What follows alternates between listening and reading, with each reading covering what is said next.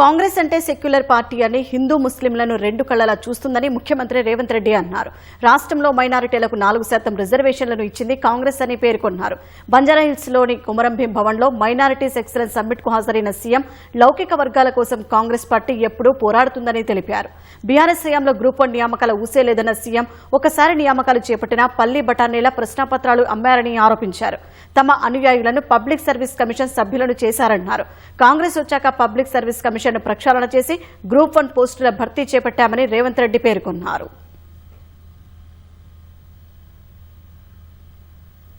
Party का मतलब secular, Congress party का मतलब हिंदू मुसलमान दो आंके 4% रिजर्वेशन आप माइनॉरिटी भाइयों को बहनों को इस राज्य में दिलाए.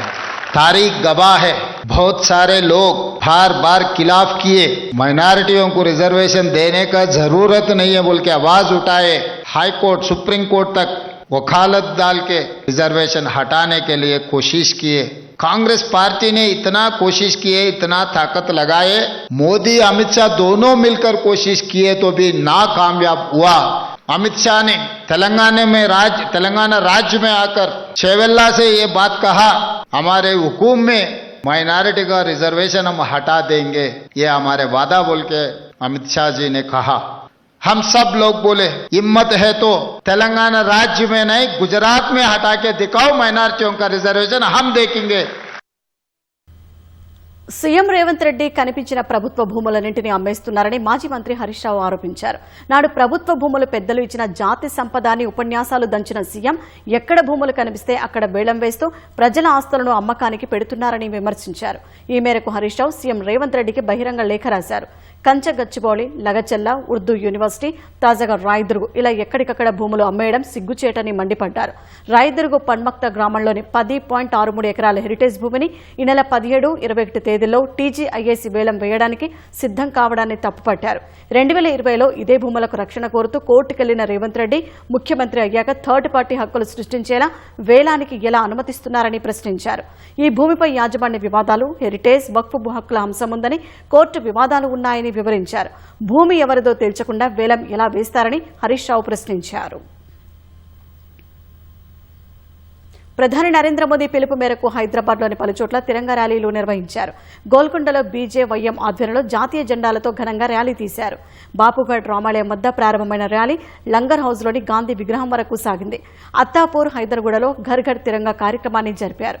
సికింద్రాబాద్ కంటోన్మెంట్ సివిలియన్ నామినేటెడ్ సభ్యురాలు భానుక నర్మద ఆధ్వర్యంలో చిన్నారులు ర్యాలీ నిర్వహించారు. రాణిగంజ్ కూడలి నుంచి ప్యాట్నీ మహబూబ్ కాలేజ్ వరకు విద్యార్థులు జాతీయ జెండాలతో ర్యాలీలో పాల్గొన్నారు. బాగ్లింగంపల్లి సుందరయ్య పార్కు నుంచి అంబేద్కర్ కళాశాల వరకు విద్యార్థులు హర్ ఘర్ తెలంగాణ అంటూ నినాదాలు చేస్తూ ముందుకు సాగారు. తార్నాకలోనూ బీజేపీ నేతలు తిరంగా ర్యాలీ తీశారు. 15 ఆగస్టును పురస్కరించుకుని నానక్రామ్గూడలోని ఐటీ సంస్థ బౌంటీస్ వినూత్న కార్యక్రమాలను నిర్వహించింది. సామాజిక బాధ్యతగా తలసేమియా రోగుల కోసం సంస్థ ఆవరణలో రక్తదాన శిబిరాన్ని ఏర్పాటు చేశారు. స్వాతంత్ర్య దినోత్సవ వేళ రక్తదానం చేయడం కంటే గొప్ప దేశభక్తి మరొకటి లేదని సంస్థ ఫైనాన్స్ హెడ్ సుధాకర్ వెల్లడించారు. తలసేమియా బాధితులకు అండగా తమ ఉద్యోగులు స్వచ్ఛందంగా ముందుకు రావడం గర్వకారణమని ప్రశంసించారు. ఎస్ఐఆర్ పేరుతో మోసపూరిత ఎస్ఎంఎస్లు, కాల్స్ విషయంలో అప్రమత్తంగా ఉండాలని తెలంగాణ ఎన్నికల ప్రధాన అధికారి సుదర్శన్ రెడ్డి సూచించారు. ఎన్యూమరేషన్ ఫారాలు, ఎన్నికల గుర్తింపు కార్డు రిజెక్ట్ చేసినట్టు ఎస్ఎంఎస్లు వచ్చే అవకాశం ఉందని వివరించారు. ఎన్యూమరేషన్ ఫారాల వివరాలు సరిగా లేవని, వాట్సాప్లో పంపించిన లింక్ ద్వారా ఫారం నింపాలంటూ వచ్చే సందేశాలతో జాగ్రత్తగా ఉండాలని తెలిపారు. Net banking, credit, debit card ద్వారా ₹5 చెల్లించాలని కూడా అడుగుతున్నట్టు తమ దృష్టికి వచ్చిందని తెలిపారు. లాగిన్ వివరాలు, password, CVV, ATM pin, bank వివరాలు అడుగుతున్నట్లు గుర్తించామన్న సీఓ ఓటర్లు ఎలాంటి సమాచారం ఇవ్వొద్దని సూచించారు. ఎన్నికల కమిషన్ నుంచి ఓటర్లకు ఎలాంటి ఎస్ఎంఎస్లు రావన్న సుదర్శన్ రెడ్డి ఈసీఐ, సీఈఓ పేర్లతో వచ్చే మెసేజ్లు, కాల్స్కు స్పందించవద్దని తెలిపారు. ఈసీఐ, సీఈఓ పేరుతో ఎస్ఎంఎస్లు, కాల్స్ వస్తే వెంటనే పోలీస్ స్టేషన్లో ఫిర్యాదు చేయాలని సుదర్శన్ రెడ్డి సూచించారు.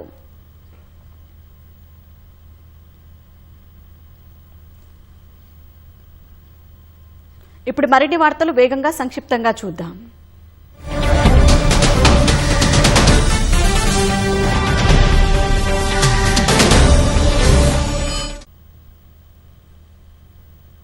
30,000 రూపాయలు అప్పు చెల్లించలేదనే కోపంతో 21 రోజుల పసికందును అపహరించిన కేసును పోలీసులు గంటల్లోనే ఛేదించిన ఘటన రాజేంద్రనగర్ పోలీస్ స్టేషన్ పరిధిలో జరిగింది. హనుమాన్ నగర్లో ఉండే అనిత, రాఘవేందర్ దంపతులు అక్కడే ఉండే మంజుల అనే మహిళ వద్ద 30,000 అప్పు తీసుకున్నారు.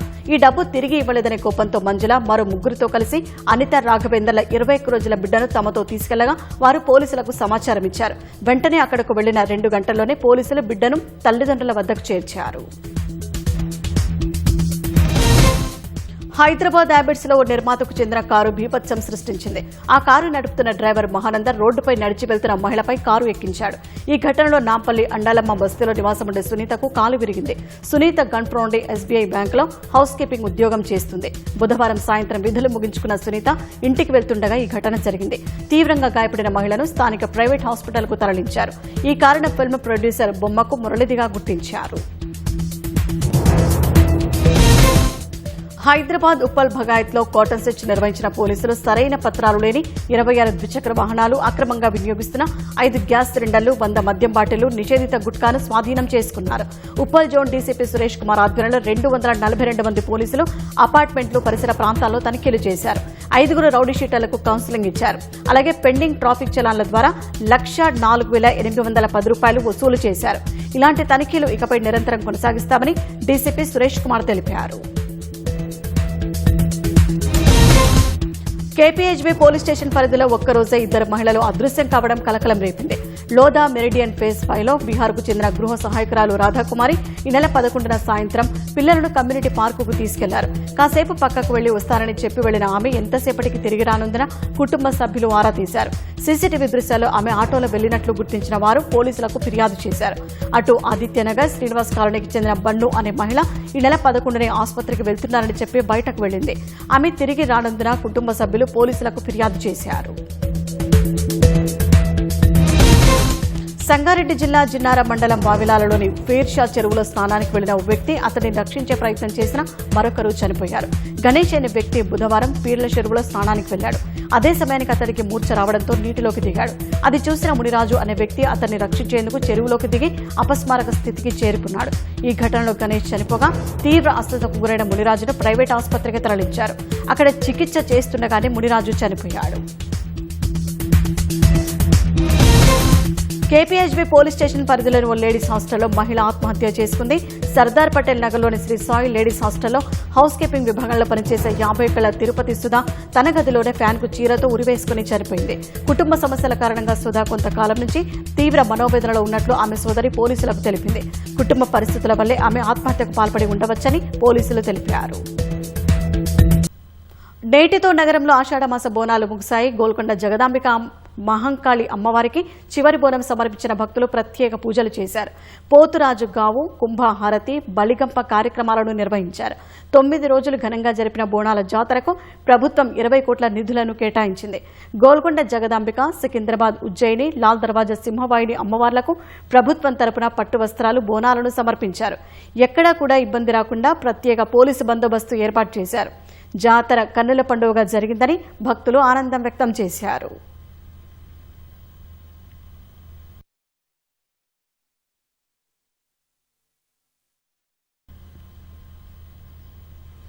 భుజానికి ఆపరేషన్ చేయించుకున్న young tiger junior NTR KIMS ఆసుపత్రి నుంచి డిశ్చార్జ్ అయ్యారు. నిన్న హాస్పిటల్లో చేరిన ఆయనకు డాక్టర్లు ఆర్థోస్కోపిక్ సర్జరీని విజయవంతంగా చేశారు.